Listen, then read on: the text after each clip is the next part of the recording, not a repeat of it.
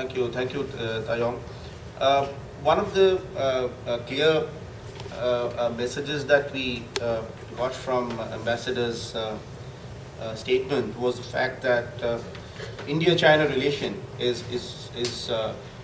fraught with contradictions at every level. If you look at mentioned about the political level and any movement on the India-China border doesn't stop making headlines in the national press, and of course there is a very strong reaction. At the same time, what he also told us that over the last 10 years, the number of agreements that the two countries have done has been really unprecedented, and that really shows the way these two countries are inclined politically. But I'll look at more of the economic and the messages that are coming through. The first reality that one must look at is that today China is India's largest trading partner with almost 10% share, and this has actually grown. It just happened in the last few years.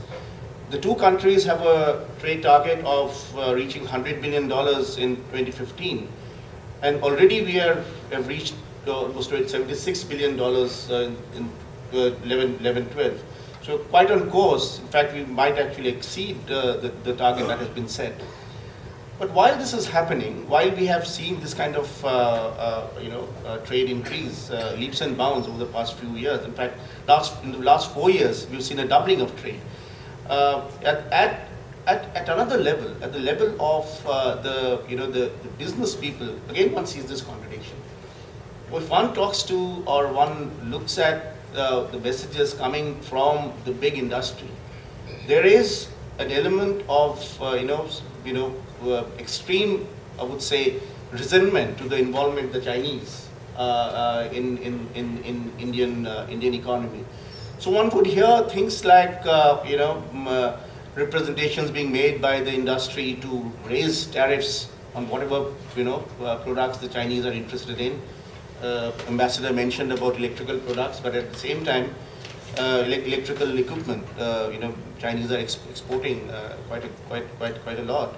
But the electrical manufacturers are always making representation to the government to increase tariffs. India uses anti-dumping actions. Is in fact was one of the largest users of anti-dumping actions past few years, and the biggest target was in fact the Chinese.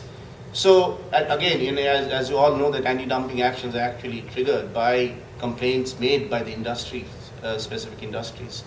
So at the level of these industry associations, again there is a conflicting narrative.